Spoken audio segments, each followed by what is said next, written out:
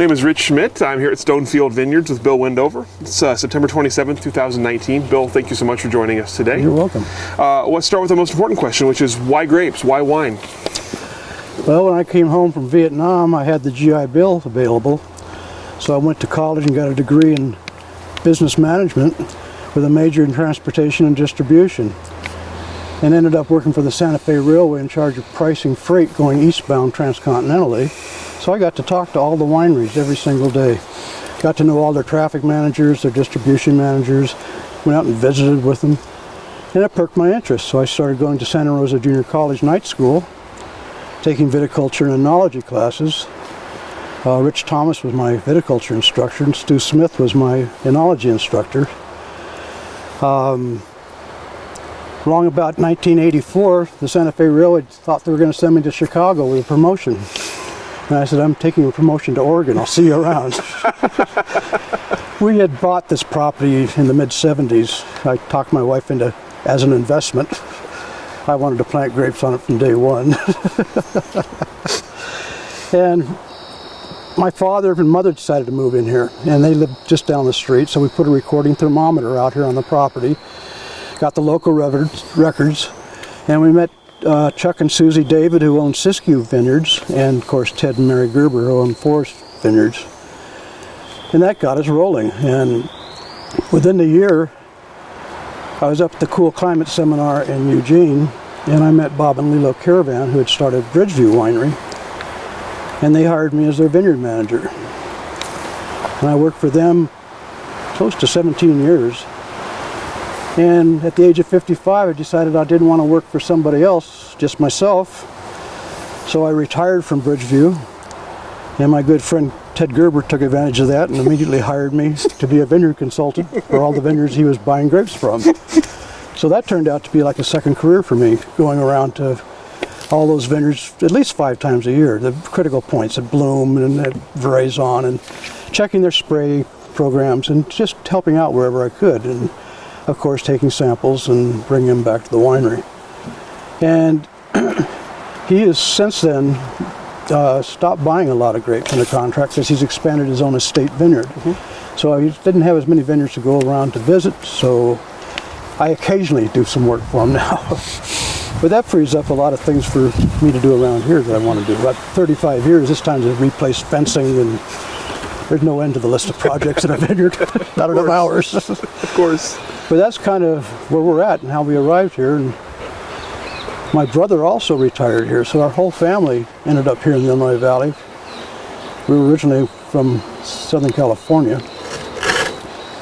And when I made the move to the Bay Area to go to school, it was right after I met my wife. I met her in the Army. It was her first day in the Army. And I took her out to Mexican food. She never had Mexican restaurant food before.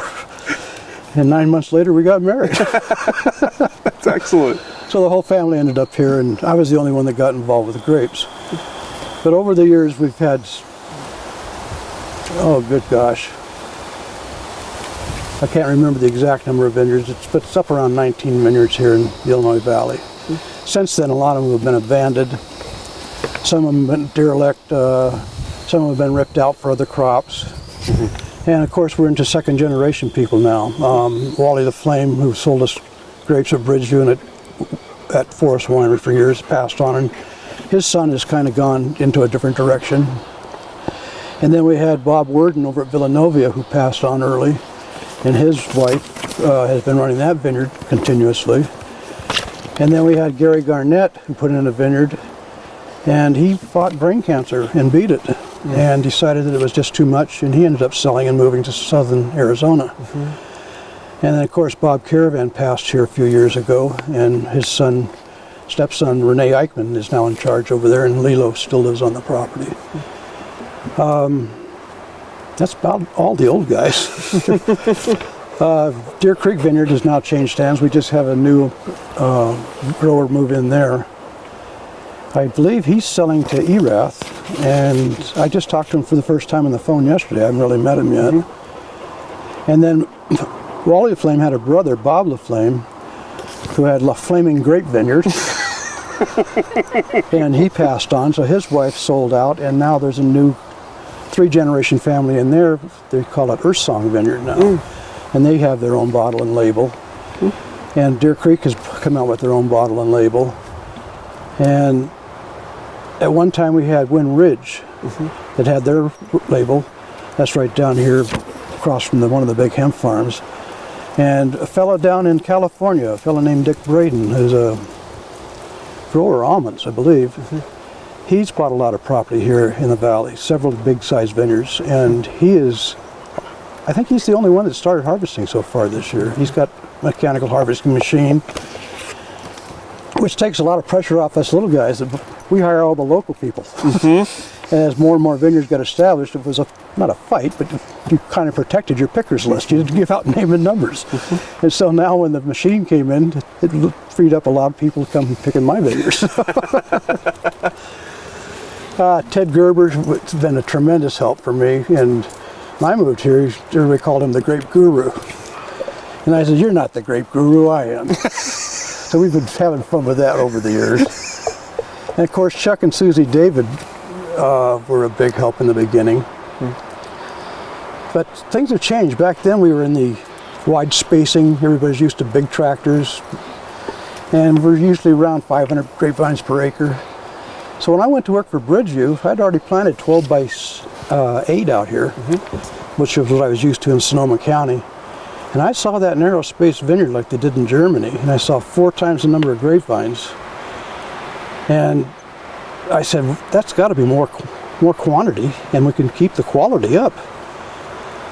So as the next year came, we put a row between every row out there and a plant between every plant, and quadrupled up the number of plants in the vineyard. And Porter Lombard, who was up at Oregon State University at the time, put me on a program committee for the Horticultural Society meeting. And one day in a program meeting, trying to establish what we wanted to put on for that particular year, I said, I'm getting tired of everybody got their head in the grapevines and the leaves and the canopy. I said, why don't we look underneath the ground once in a while? He says, you're the guy. You're talking about it.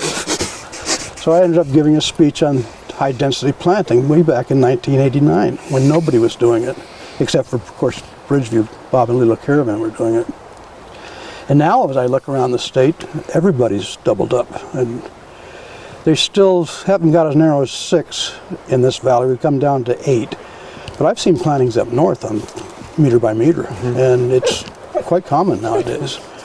I'm not saying that I got something started, but it was interesting to be on the ground floor of that. And the questions when I quit giving the speech, there was dozens of people wanting to know, what about this, what about that, It's twice as costly to establish, twice the amount of wire, twice as many posts. So it's not something for everybody. And if you had an established vineyard, you didn't really want to. I was lucky because I was 1 year old. I didn't have 2 age vines growing at the same time. They're all the same age, basically. So that's pretty much the highlight of what I've done around here. I think that starting the high density movement makes you the grape guru, though. I think you can hold that over Ted at least and tell him went to 8 by 4. You're the grape. Exactly. I think that's the tiebreaker. Tell me about the property. You mentioned that you talked your wife into investing here before you actually lived here. Why here? What was it about this area that attracted you? I was interested in buying in the Guerneville area of Sonoma County. Too expensive. And then I said, well, let's go look at the Anderson Valley. They grow beautiful Pinot Noir there. And I was a Gewürztraminer lover. They got great Gewürztraminer there. That was too expensive. And of course, we came up Highway 101 constantly along the Eel River. It was paradise for us living in the Bay Area to get out in the woods and fishing and all that. So one year we came all the way up through the canyon and came into this valley and met Chuck and Susie and Ted, and they're growing grapes here. It was just getting started.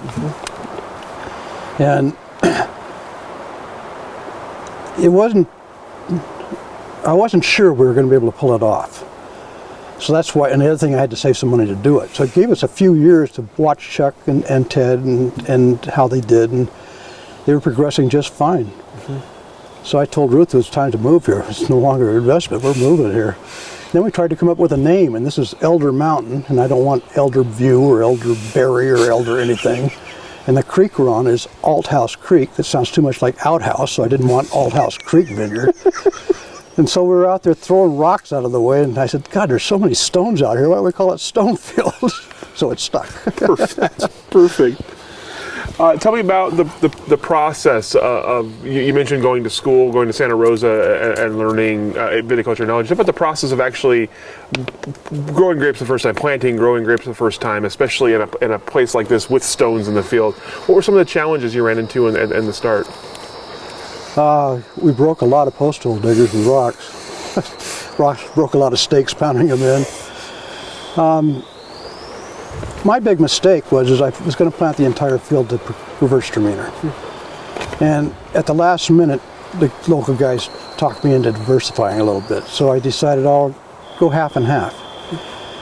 And as I learned about what was going on with the Willamette Valley, that was the big market at the time. Of course, it still is. But I decided, well, maybe we better plant Pinot Noir. So we ended up with 8 rows of Gewürztraminer, and the rest of the field was Pinot Noir. And as time went on and things became more and more successful and financially stable, we ended up with not just 5 acres here, but 30 acres here. And we put in another block of grapes, and it's 100% Pinot Gris. And that's on some really nice ground. It was real easy to put that vineyard in compared to our little Stonefield vineyards.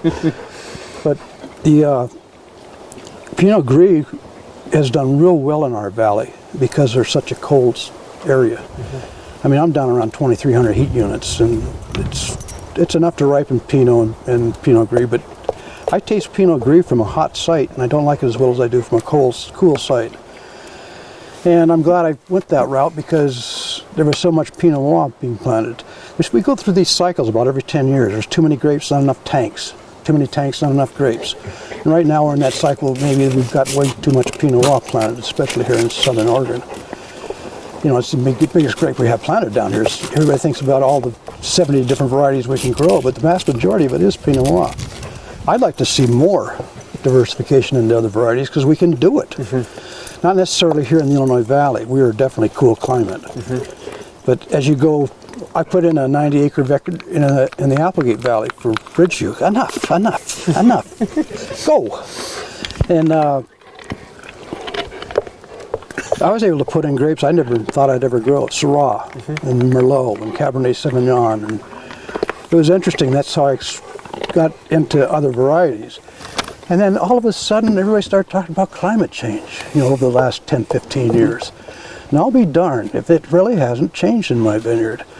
I've got 19 different varieties out there as experiments that I make homemade wine out of. Cabernet ripens here now, Merlot ripens here now, Syrah ripens here now, whereas before, once in 5 years, maybe one of them would get ripe. Mm-hmm. And it was just an eye-opening situation for me. But then, like I'm going to turn 73 on Monday. I'm not going to expand anymore. I'm thinking about downsizing, But all those properties have gone to other people now, so I've lost track of what they're doing. I planted a Cabernet block up on the top ridge of the Applegate Valley, Stargazer Vineyard, that I hadn't seen in 15 years. And Ted asked me to take his new winemaker over there to introduce him. I've never seen the guy or met the guy, so we went over and got to see that vineyard since it was tiny little plants, and I was just flabbergasted. So there's still a lot of things that surprised me. Been around here long enough that I've got to know everybody. In 1989, I was president of the Oregon Wine Growers Association Rogue Valley chapter. And we could hold a meeting in a small room. There was so few of us. And now you go to the Extension Service office and the auditorium is full. It's really wonderful. In the old days of hardship, you couldn't find a narrow tractor for narrow spacing. You had to drive forever to go find post or pipe or fencing. It just wasn't available here locally. We had one small little building supply here in town. So that's all this increase in population and increase in the industry has really helped that out a lot. We have local people that supply us with winemaking equipment now, and we have local people with agricultural, and we have mechanics that know how to take care of stuff that they weren't used to, spray rigs and mechanical harvesters. Mm-hmm. And all that's come along now over the years. So even though it's getting to the point where you don't know everybody, and it's hard to know everybody, but it's nice to have service. I used to drive to Eugene, and I used to go up north a lot. Oregon Vineyard Supply was where was that originally in that town? They weren't in McMinnville, the town just north of there. Yeah. Pardon me? Was it Newburgh? No, Carlton, Yamhill? no. Lafayette. Oh, Lafayette. Okay. And I remember when they opened that business, I rented a U-Haul truck here and drove all the way up there and bought all my end posts, all my wire, all my ink, everything to put in a vineyard. And when I walked in that place, I had, anybody here? They had one guy out in the back. He was riddling champagne bottles. He was so busy with the bottles he didn't hear us come in. And we filled that truck up and came home and started the vineyard. And for years we'd go with a truck up north. Not anymore. Oregon Vineyard Supply moved down here.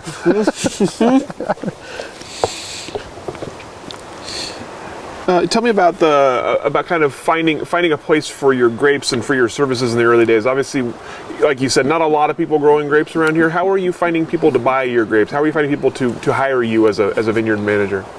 I really lucked out. When I first came here, I got a job with a fellow named Ralph Seltzer, who owned Great Oaks Vineyard, and he was president of the Rogue chapter at the time. And he put me to work at $2.25 an hour. You know, I just came from a $60,000 a year job. What am I doing here? And he said, I'll give you, we don't have minimum wage in agriculture here in Oregon. I said, that's true. And he says, well, in 30 days, if you can do what you tell me you can do, I'll give you a raise. 30 days later, he gave me a quarter raise. I said goodbye. Oh, gosh. I forgot what your question was now. About finding people to buy your grapes. So then I went to talk with Ted, and he was needing someone to pull brush. So I got some part-time work there with him and learning a few techniques on how to prune and how to brush and on the style that they were using up here versus this is cane pruning. It was new to me because cordon pruning is what they did in Sonoma County. And he didn't have full-time work for me. And that's when the 1984 Cool Climate Seminar came, the very first one. And that's where I met people from Bethel Heights and around town, and that's where I met Bob and Lilo Caravan. And they lived down the street. So when I got home, I went to visit them, and they hired me. And within 1 year, they made me the vineyard manager. And because I was their vineyard manager, my grapes just automatically went to their tanks for all those years. I didn't have to go out and sell grapes at all. Of course, there was years that it was hard to get paid sometimes because the wine had to sell before you get paid. But at least I had a market. And since I've left Bridgeview, they didn't have a retirement program. And the owner told me, he says, since we don't have a retirement program, I promise I'll always pay top dollar and always buy your grapes. Well, there was a downturn in the economy, a downturn in the market, and the very next year, he couldn't buy my grapes. But he waited till August to tell me. And that's really a hard sell, trying to find a buyer in August. And old Mr. Gerber down the road took the grapes that year. And he helped me find markets with August Cellars and Edenville and a couple other places. And then all of a sudden, he was so big, he needed my grapes. Hallelujah, Hollywood. I'm here back in the valley again. I never had to haul much grapes out of the valley, so I've been very fortunate that way. I know a lot of people that get into this business and they get everything started, and the very first thing they should think about is marketing. Come on, guys, leave me alone. And so many of them, they wait till the year they have grapes, and then they go look for the market. Wrong way. That's probably the biggest thing I faced when I was helping new growers was get out there and market them now. Don't wait for them to get on the vine. But back then, there wasn't much of a market. You know, Valley View was here, Siskiyou was here, Ted was here. Troon had just, no, I don't think, Troon and might have got started back then. I don't think he was first, though. Valley View was first. I think that's, yeah, those were the three main wineries. And they grew all their own grapes. So they didn't really want everything we were growing. So I ended up owning 2 flatbed trucks because I was hauling grapes out of the valley. I was paying more to have grapes hauled than I was getting paid for the grapes. But it all worked out. I remember going to meetings and, did you make any money this year? Well, no, but we broke even. Well, good. So now what Ruth and I do is we're very fortunate that we make enough money to not only grow the grapes this year, but put money in the budget for next year. So we're always 1 year ahead.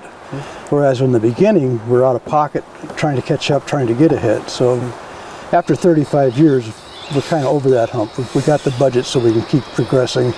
And now the question is just how much longer do we want to do it? I have a good friend named Randy Gold. I don't know if you've met him or not. He runs Pacific Crest Vineyard Services. Seems like every time I see him, he says, "Aren't we getting too old for this stuff?" And we both say no. No, not yet. Keep going at it. Tell me about this place and what's special about it for growing grapes. What's the terroir here? What excites you about the grapes you're growing? As the crow flies, we're probably about 25 miles from the ocean.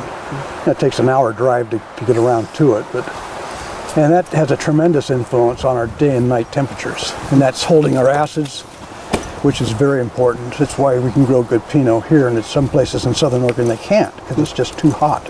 Their acids drop off and wines become jammy tasting and just a different flavor, which I don't care for. But that's the main thing, is the marine influence. Since the farther inland you go, the Applegate's a little warmer, Bear Creek, Medford area's a little warmer. So that's why the varieties change. The other thing here is, 1 year I had 29 nights of frost. I was walking around here like a zombie, not getting any sleep. That's what I was saying about climate change. The last few years, 2 nights, 3 nights, and not very cold.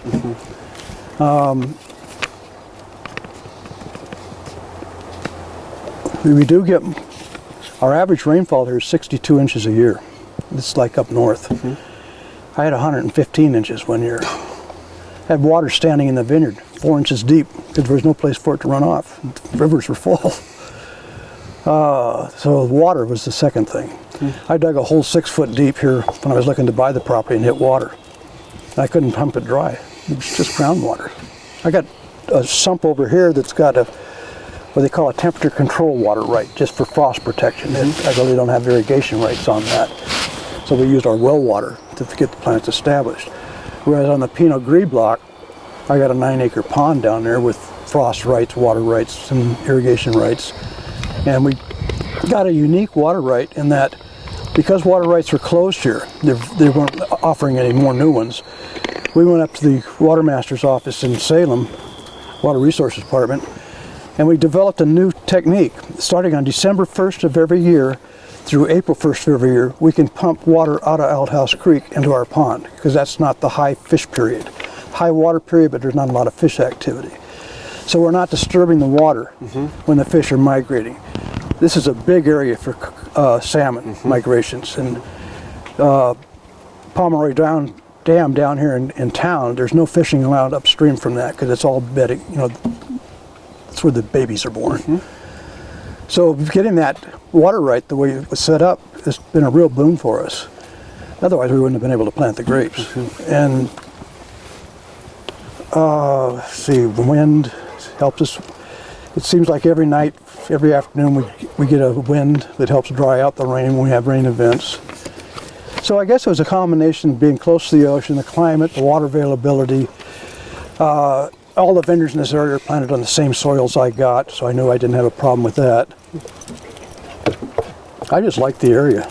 I mean, before maybe 30 years ago, you knew everybody in town. You knew everybody on your neighbors and down the road. Now it's gotten so big you don't hardly know anybody anymore. You're afraid to go anywhere. You're afraid to park your car and leave it anywhere because someone's going to break into it. It's gotten pretty bad. So enough. I'm sorry. It's okay. They're very excited to show you what's going on here. I don't know. I guess getting out of the city. Enough. That's the biggest part of it. I couldn't see myself living in Chicago. I've worked in downtown financial district in San Francisco for 10 years for the Santa Fe Railway and commuted on the Golden Gate Transit bus night and day. And that commute coming home at night was almost 2.5, 3 hours some night with the traffic. And here, when I first moved here, I'd drive home from town with my lights off in the middle of the night and never see anybody. It was great.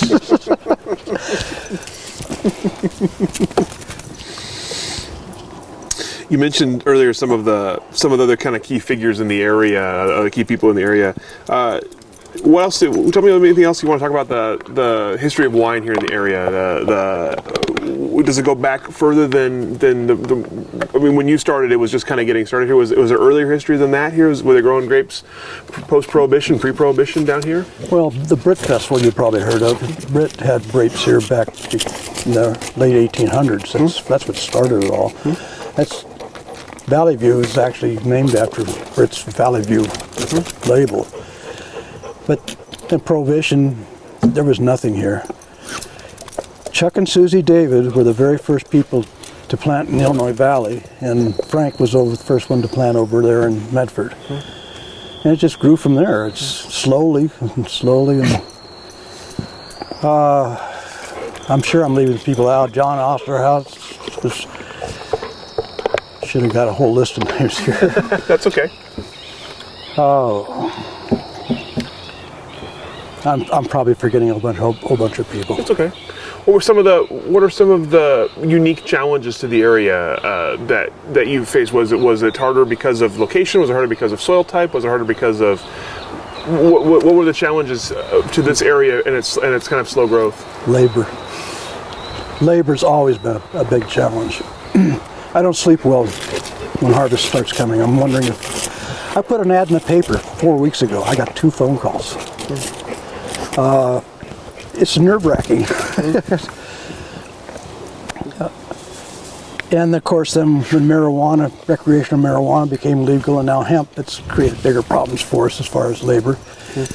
And then of course, when the state started raising minimum wage, that's put a big change in our labor budget.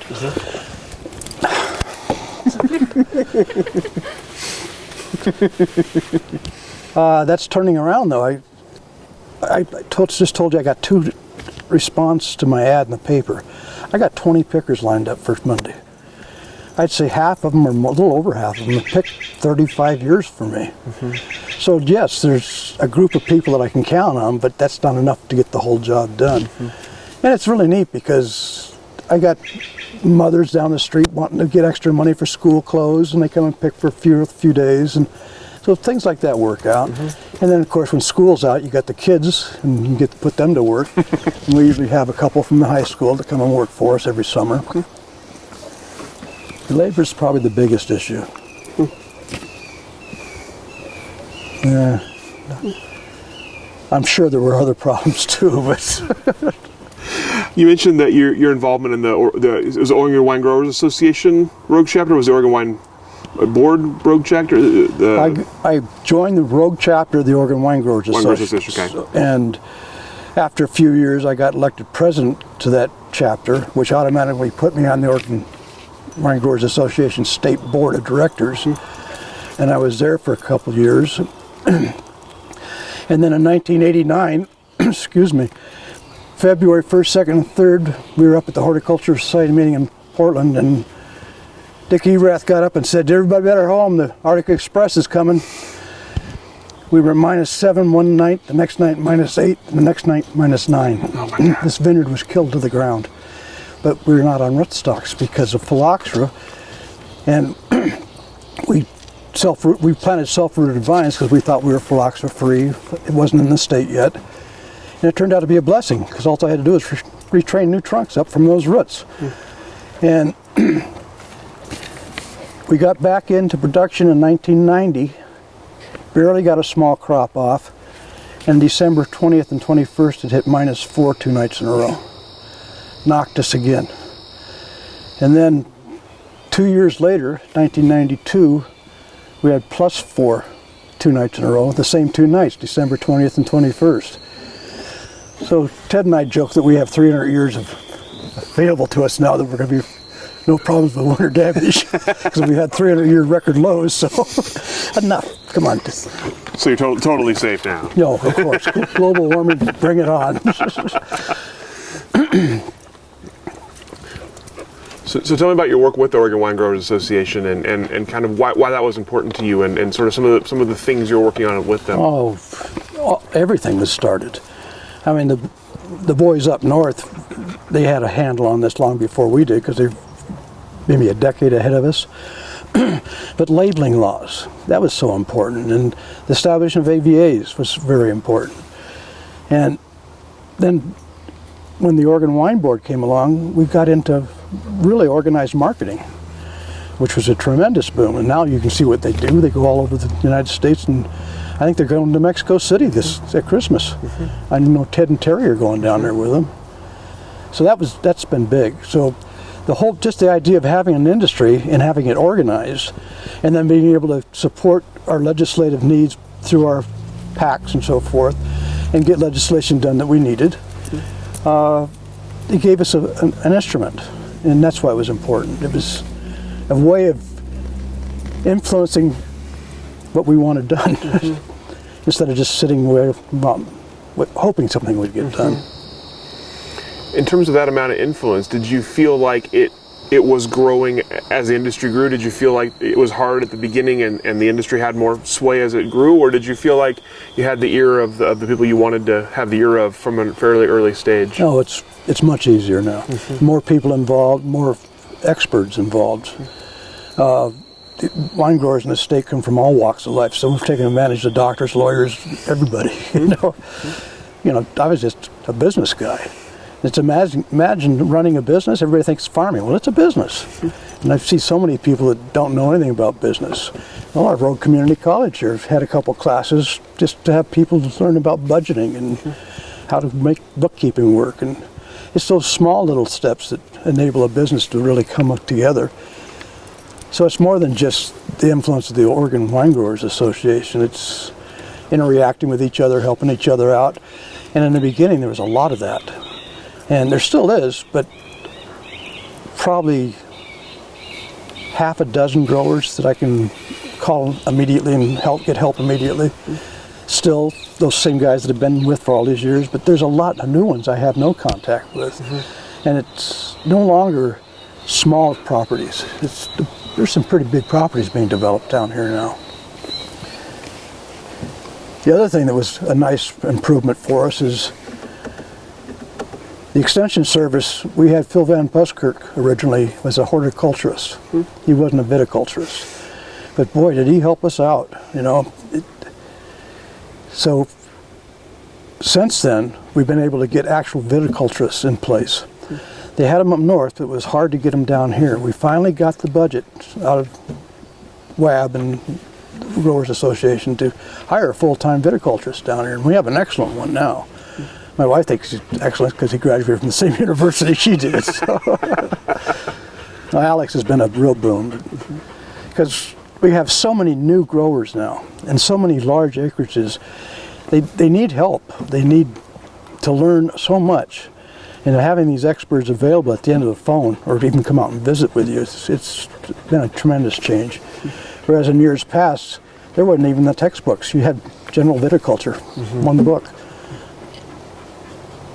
Yeah, it's been a big help. I remember when I planted my Muscat grapes, I was training the shoots up the trunk to make it up the stake to form a trunk. And I went out one day and there was a girdle halfway up the trunk and the top was dead. And next plant over had the same thing, and next plant over had the same thing. And I called Phil Van Buskirk up. He said, well, I can come in your way, I'll take a look. We couldn't figure out what the heck had done this to me.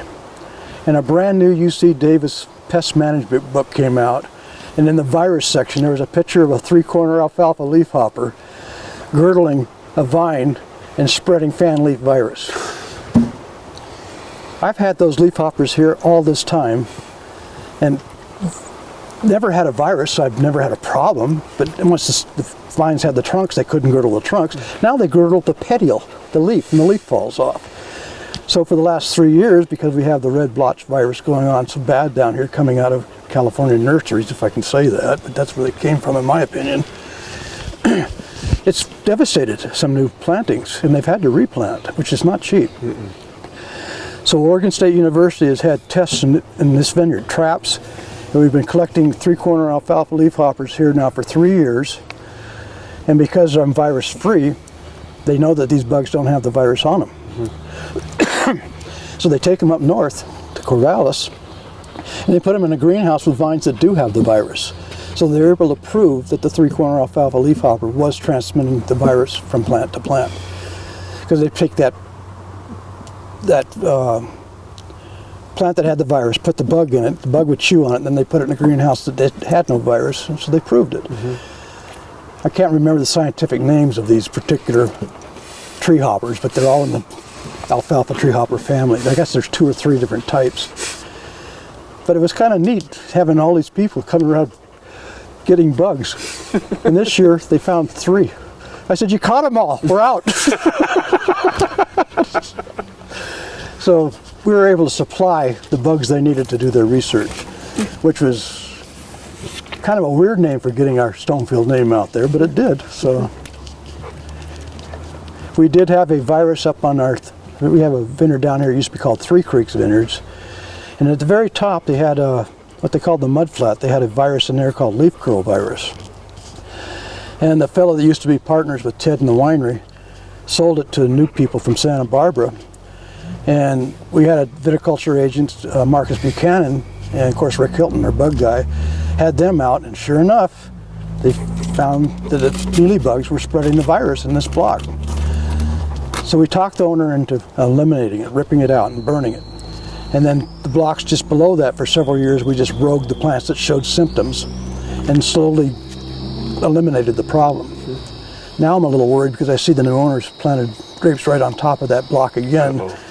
And I don't know how careful you can be. There's always going to be a root somewhere where a mealybug is eating on it that has that virus, and it could respread.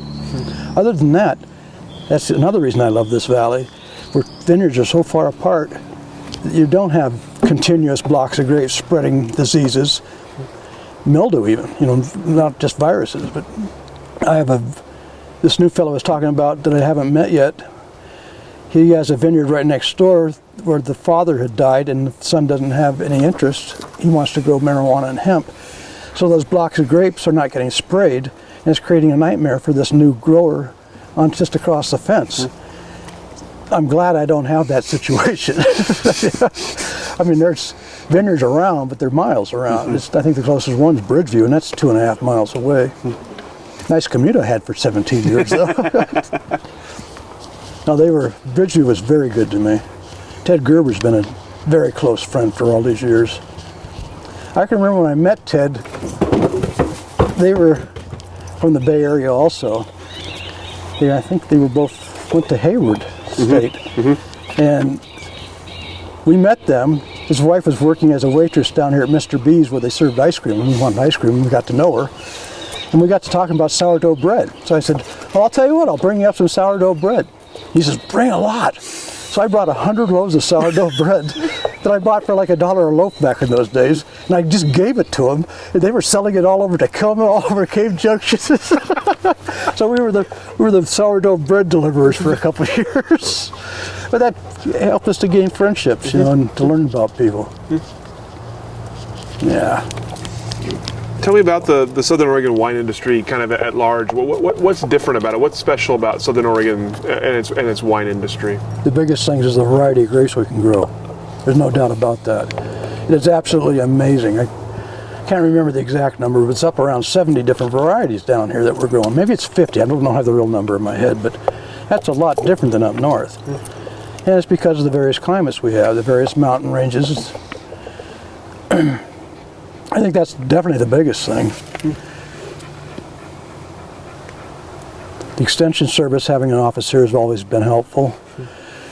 And of course, I think they got a wine business study going on over at Southern Oregon University now, and that's helping. What's different? What about challenges that are unique to this area? Frost. Yeah. Winter kill and frost have been our biggest problems. But we've lived through it. We're still here, still making money. What about as you look to the future here? You talked about all the kind of new large facilities coming in down here. What do you see as you look ahead 10 years into the future for Illinois Valley specifically, for Southern Oregon at large? Kind of any kind of prognostication you might have? Well, I've seen a tremendous growth in what I call virtual wineries, non-existent wineries. They have tasting rooms. And then it's enabled some crush facilities to open up. I think they've got 3 of them here in Southern Oregon now. And it's enabled growers to participate in the sale of wine where there's more money. When I was on the board of directors for Oregon Wine Growers Association, every meeting we made a motion, let's allow growers' licenses to have tasting rooms. Julie Houston in Eugene area was the main shaker and mover behind that, but she wasn't on the board. And we kept getting voted down because there was more wineries voting than there were growers. And one year, one meeting, we outnumbered them. We voted it in. And boy, we caught hell for a long time from some wineries. They just really resented us. Because guys didn't have to put in the actual structure, the infrastructure. And so that enabled a lot of guys to participate in the more profitability and grow their businesses better.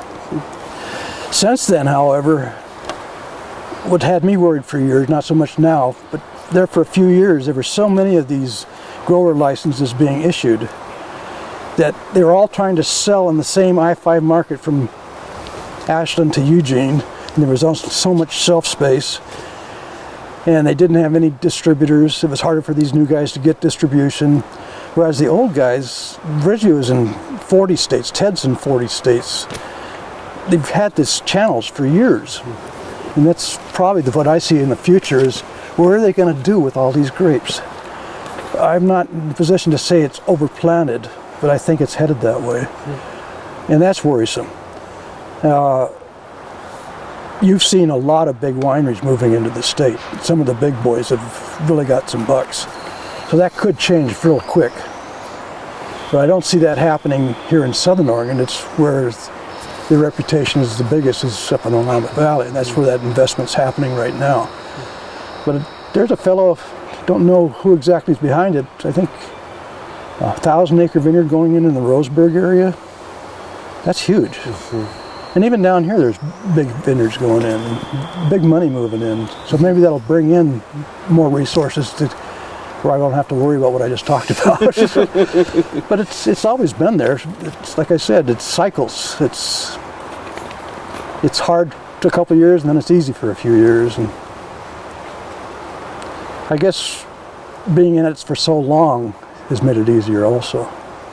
You don't have to panic about every cycle.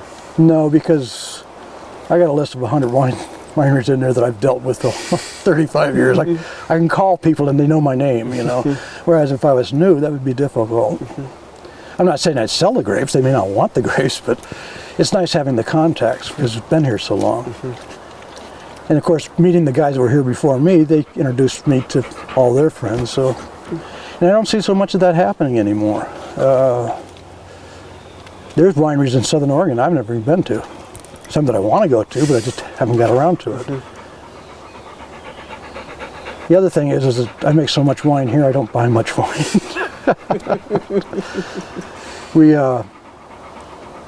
I don't know if I should say this, but I trade wine for firewood. I don't do labor or anything like that. But I've also donate wine to the art guild in town when they have some kind of festival or prizes, you know, like the Lions Club. Here's some prizes you can give out. But the main thing about making my own wine has been able to enter competitions and get feedback from judges that know what the hell wine should taste like, you know.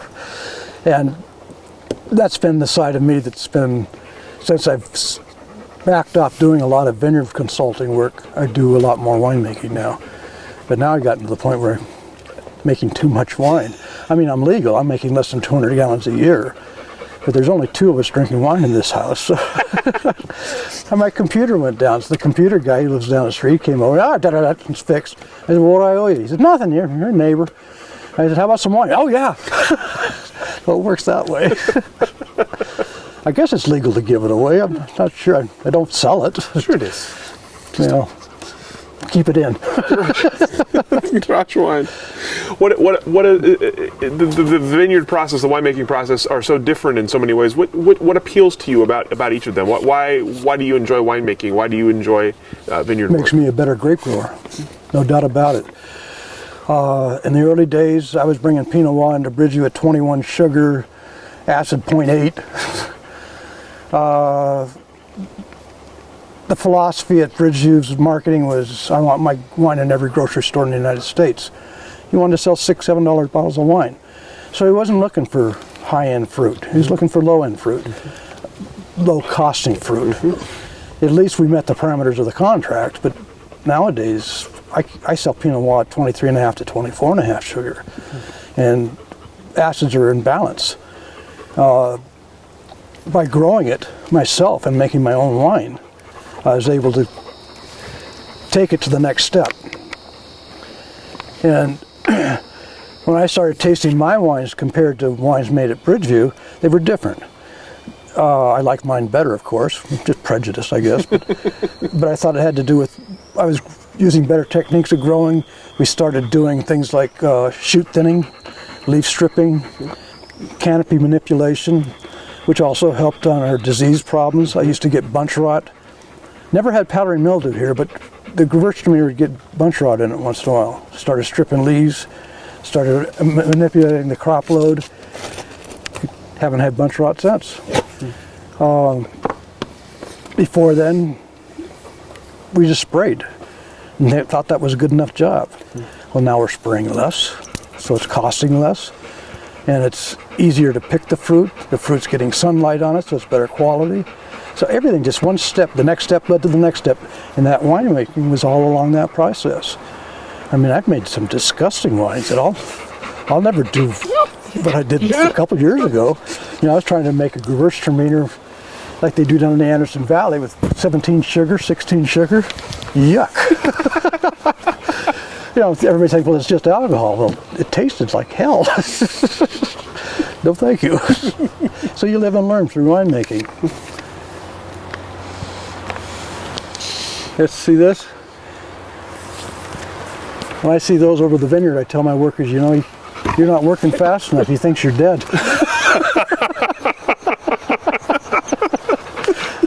It's just a joke.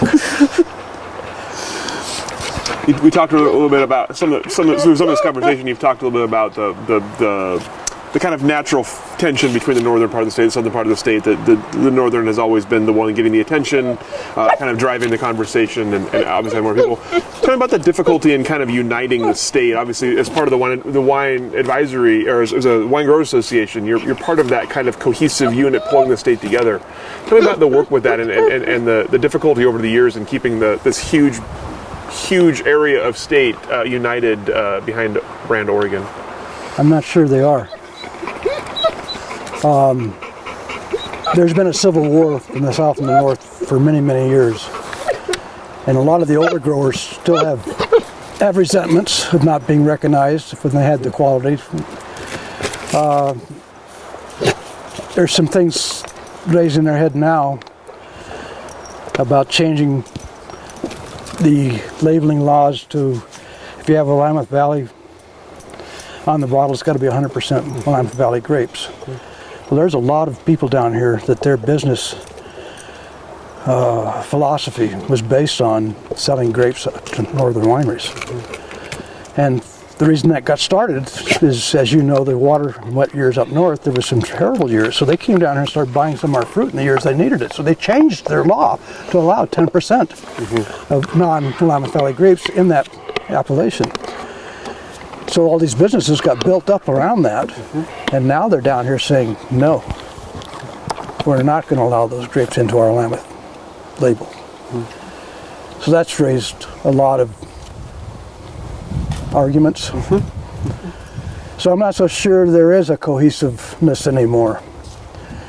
The world of wine, which is now the Morgan Wine Experience, I think has gone a long ways to helping.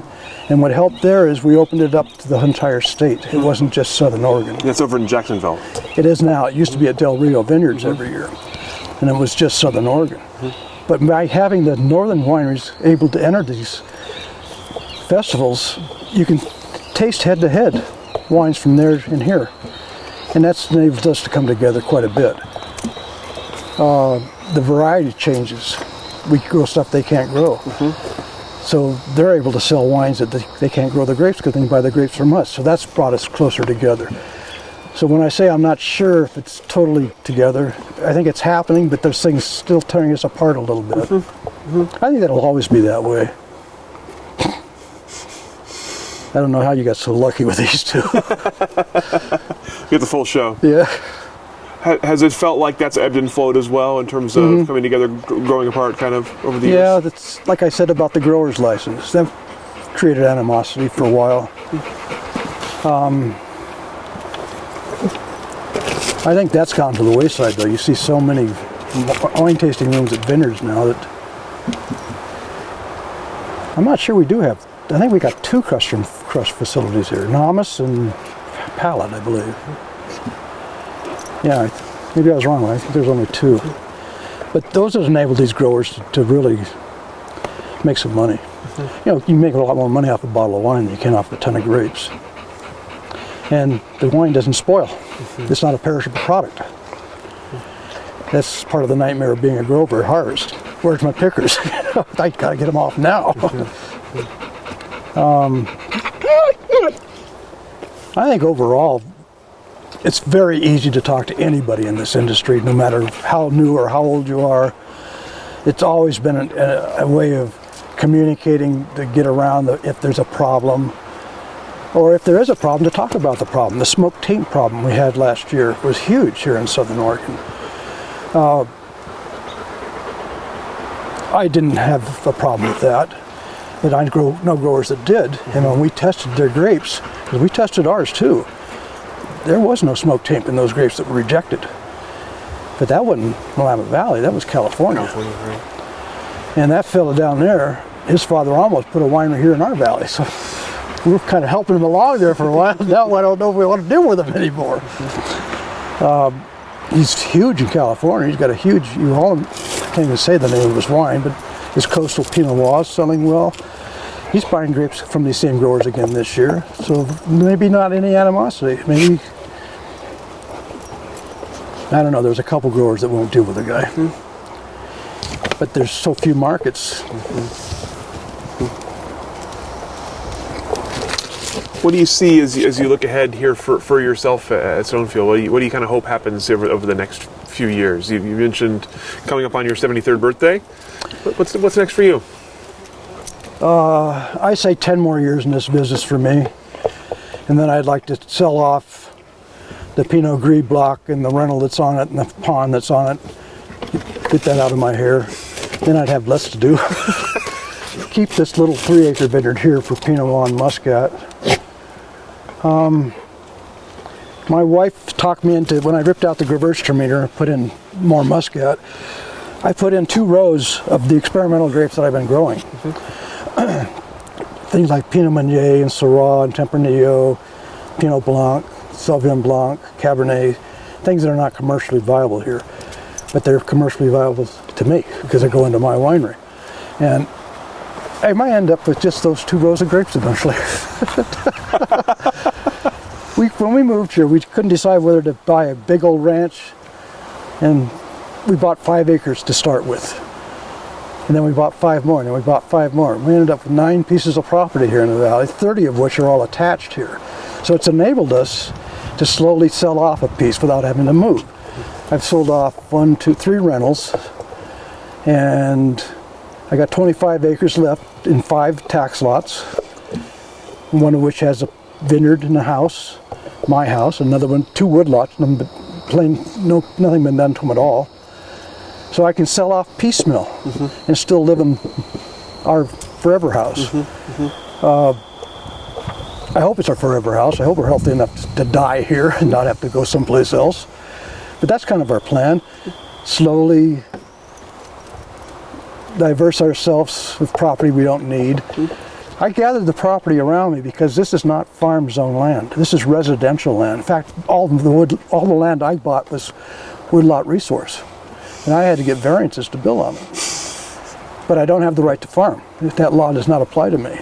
So I don't use I used to use bird cannons, propane cannons, because I had no neighbors. My next neighbor was like I could never hear them or see them or do anything. It's like, but as the neighbors got closer and closer, like one night I said to my wife, "We got to move. I see porch lights." "You fool! They're your renters." So being able to sell it off piecemeal is going to enable us to stay here for probably till we need help. I played around with the idea of making wine commercially. I'm not a salesman. I have a difficult time selling grapes. I mean, just having the nerve to go do it. That's why when I went into business, I went into transportation, distribution, warehousing. My minor was world business, which has been helpful nowadays, but I didn't go into marketing. I didn't go into sales. I wore a three-piece suit for 10 years. That was enough. Less so now. Yeah. What about as you look at the Oregon wine industry at large, both locally, the kind of the Rogue Valley area, and Oregon at large? What do you see as you look ahead 5-10 years in the future? It's going to be huge. It's going to grow. There's not going to be anything to keep Oregon down. It's showing itself annually. I mean, every year, growth. And not only is there growth, but there's good quality behind that growth. Prices are a little on the high side for wine, but it doesn't seem to be detrimental to sales. That could happen if we go through another 2008 or something like that, but the quality's there. The magic's in the bottle. It's worth what you pay for. I don't see it becoming as big as California ever. There's just not that much land, but the thing that I think is going to hinder growth of wine growing is urban sprawl, which Oregon's kind of got a handle on. That's one of the things the Wine Growers Association did, is they protected the hillsides, didn't want development on them. Grow on the flatland, build your houses down there. So there have been things that we've done to help us grow in the future, set ourselves up to grow in the future.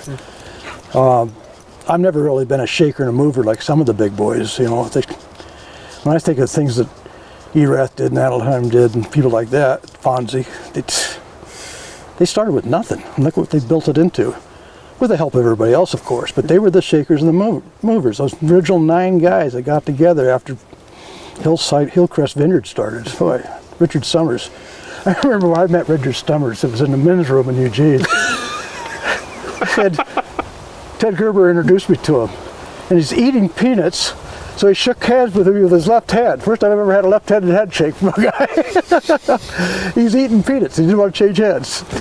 Guy was a crack-up. He was so fun to be around. That's the great thing about most of these people, you know. They come from such diverse backgrounds, but they're just fun to be around. Gosh, I think Ponzi worked for Disneyland at one time. Yeah, he was an Imagineer. Yeah, my father's best friend was an electrical engineer at Disneyland when it opened. Small world. It's amazing how many people from California are up here. It really is. Yeah. I'm glad I did it. I mean, Anderson Valley would be probably more rural than we are here. Sonoma, I love Sonoma though. It's huge though. It's wall-to-wall people. I don't even go back there anymore. I don't recognize it. It's getting that way everywhere, but here we still got cougars and bears walking the vineyards. And in fact, just had a thing down the street. Cougar got the goat, and now everybody's got their goats pinned up again. We're living on the wild side, but I've seen cougars run through my vineyards. I had a bear come in one year. I had several bears. One year this bear came in, and he was in my muscat block, and you'd see 5 vines in a row with no grapes left on them. They use their teeth to pull the grapes off. It's like the picking machine. This cluster stays there, the stems. And then there's a pile of poop. And then 5 more vines, and there's another pile of poop. It goes right through them. And I said, what do I do? I don't have a bear fence. I can't keep a bear out of here. So a friend of mine, O'Brien, told me about his ammonia balloon bombs. You put half a cup of ammonia in a kid's party balloon, and you blow it up with your air compressor so you don't get it in your mouth. Tie it off and spread some peanut butter or some honey on it and go hang it on the fence where the bear's coming in. I was down there one night and I heard this, oh, and off it went. It never came back. And I found the balloon all busted apart and it smelled like ammonia. So now we know what to do with bears. I don't know if Ted told you, I think they've taken 3 bears so far this season. You know, bears are a big problem, and they eat a lot of grapes. That's why I was telling you about 5 in a poop, 5 in a poop. They just go through a vineyard like crazy. It's amazing. We have Taylor Sausage here, is probably nationally famous, and he does all the bears for us. He puts them into sausages, and so we're lucky to have him. Another grapevine resource, grape grower resource, I mean. And Terry Taylor, his son, has recently got involved with grape growing. And I said, when are you going to get your label? I said, you got a storefront right here in town. You can put it right here on the shelf. And he's thinking pretty serious about doing it. He's more interested in raising his pigs right now, though. Got to have priorities Yeah. after all, yeah. So if you met someone who wanted to enter the Oregon wine industry today, what would your words of wisdom for them be? Knowledge first. Then find the property. And at that time, when you find yourself a piece of property, you better start looking for a market. All the rest of that stuff, which we had to learn the hard way, is readily available now in books, and people can help you out. But those are the 3 things. Know what the hell you're getting into and how to do it, the basics. Knowing where to do it, where should I grow this stuff, and then that's the 3 most important things. Where you sell it, right? Where do you sell it, yeah. I mean, I remember sitting at Petrosanelli Winery in Healdsburg on the deck tasting wine, and here comes a dump truck full of grapes going down Highway 101. We ordered another glass of wine. Here came that same dump truck back with the same grapes on it, going the other way. He passed 3 or 4 times. So I asked the guy, I said, what's going on? He's trying to sell his grapes. They're in the truck, in the dump truck. And down there they have what they call sugar shacks. Are you familiar with those? You have to go through a sugar shack to have your grapes tested for sugar, acid, and weight. Okay. It's like a weight station. And that way you can give the slip to the winery.